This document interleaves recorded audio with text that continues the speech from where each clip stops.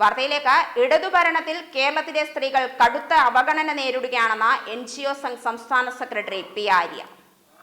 ലോക വനിതാ ദിനത്തിന്റെ ഭാഗമായി പാലക്കാട് BMS കാര്യാലയത്തിൽ നടന്ന വനിതാ സംഗമം ഉദ്ഘാടനം ചെയ്ത് സംസാരിക്കുകയായിരുന്നു അവർ.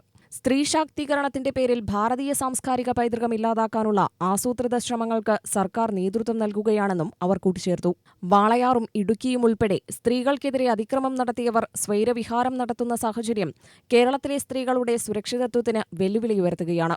ദിനംപ്രതിയെന്നോണം കുരുന്നുകൾ മുതൽ വയോവൃദ്ധകൾ വരെ പീഡനത്തിനിരയാകുന്ന സ്ത്രീകളുടെ എണ്ണത്തിലെ വർധനവ് സർക്കാരിന്റെ, പ്രത്യേകിച്ച് ആഭ്യന്തര വകുപ്പിന്റെ പരാജയമാണെന്നും അവർ ആരോപിച്ചു.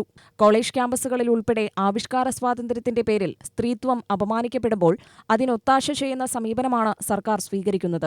ചുംബന സമരവും താലിയറുക്കൽ സമരവും ഉൾപ്പെടെ പരിഷ്കൃത സമൂഹമെന്ന് അവകാശപ്പെടുന്നവരുടെ വൈകൃതങ്ങൾ ആഘോഷിക്കപ്പെടുമ്പോൾ തെരുവിലുറങ്ങിക്കിടക്കുന്ന പിഞ്ചു ബാലികമാർ മുതൽ അധികാര കേന്ദ്രങ്ങളിലിരിക്കുന്ന വനിതകൾ ഉൾപ്പെടെ ലജ്ജിപ്പിക്കുന്ന അതിക്രമങ്ങൾക്കിരയാവുകയാണ്.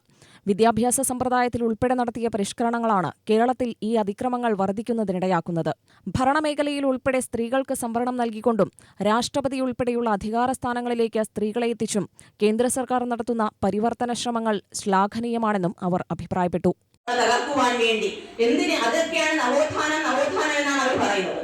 ഒരു ക്ഷേത്രത്തിലെ പ്രവേശനം കൊണ്ടാണ് കേരളത്തില് സാമ്പത്തികവും സാംസ്കാരികവുമായ ഐശ്വര്യം ഉണ്ടാകുന്നതെന്ന് നോക്കാതെ തച്ചുടച്ച് അതിനു വേണ്ടിയിട്ട് റഹ്ന ഫാത്തിമയെയും ബിന്ദു അമ്മിണിയെയും ഒക്കെ ഇറക്കി. അതിനുശേഷം നമുക്കറിയാം, പ്രളയം വന്നു, ഓഖി വന്നു. ഇപ്പൊ നാട് ഒച്ചുകൂടുന്ന നാശത്തിന്റെ പാതയിലേക്ക് പൊയ്ക്കൊണ്ടിരിക്കുന്ന ഒരു അവസ്ഥയിലാണ് നമ്മൾ നിൽക്കുന്നത്.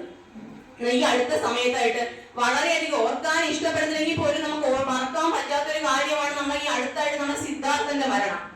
കലാലയങ്ങളിൽ ഇവിടെ ഇരിക്കുന്ന തന്നെ ഓരോ അമ്മമാരും കുഞ്ഞുങ്ങളെ കോളേജിലേക്ക് പറഞ്ഞു വിട്ടിട്ട് പിഴയ്ക്കുന്ന നെഞ്ചോട് കൂടിയാണ് ഇവിടെ ഇരിക്കുന്നത്.